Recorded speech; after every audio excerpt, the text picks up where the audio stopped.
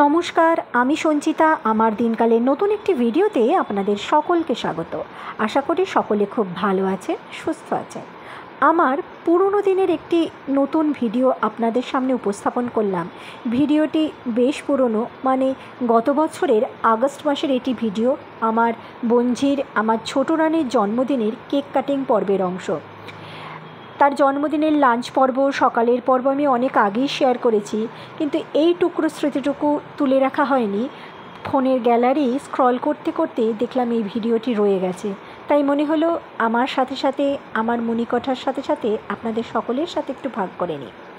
তো ছোটোর জন্মদিনের কেক কাটিং পর্ব চলছিল।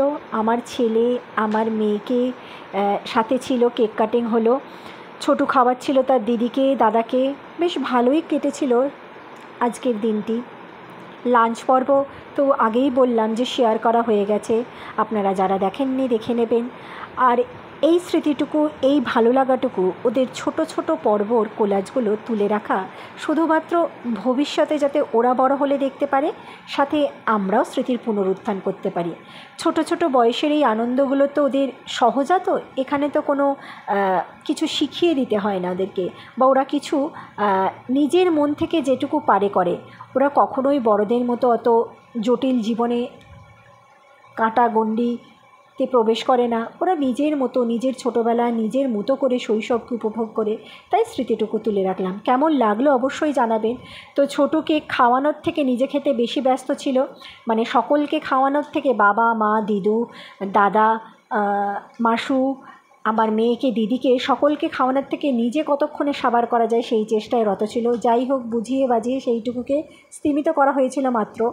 তো যেহেতু ওরা সেদিনকে চলে যাবে বিকালে ওর দেশের বাড়িতে, তো কেক কাটিং পর্ব একটু সকাল করেই হয়ে গেছিলো।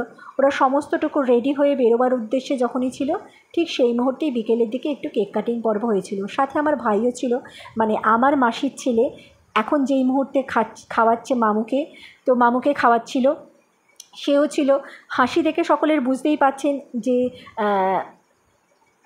ভিডিওর আমি যদিও ক্লিপিংস দিচ্ছি, কারণ সেই মুহূর্তে বেশ গান টান চলছিল আর কি, যার জন্যই ভিডিওটা দিলাম। ফোনের গান টান চলছিল, হ্যাপি বার্থডে সং চলছিল। তো একটু ভালোবাসাবাসি হচ্ছে দিদির আর বোনের, এগুলোই তো থেকে যাবে। বড় হলেও এই স্মৃতিটুকু কিন্তু সকলের মনে থেকে যাবে। মামুকে খাওয়াচ্ছি, দিদির সাথে মজায় আনন্দে লিপ্ত হচ্ছে। কেক খাইয়েই তারা চলে যাবে বাড়ির উদ্দেশ্যে, মানে দেশের বাড়ির উদ্দেশ্যে। তো সেই জন্য একটু তাড়াহুড়ো চলছিল এই আর কি। তো ছোটোকে সকলেই বেশি খাওয়াতে চাইছিল না, যেহেতু লাঞ্চ খুব ভারী হয়েছিল, তাই অল্প অল্প করে দিচ্ছিল, কিন্তু বেচারার কিছুতেই মন ভরছিল না আর কি। যাই হোক, আজ তবে আসি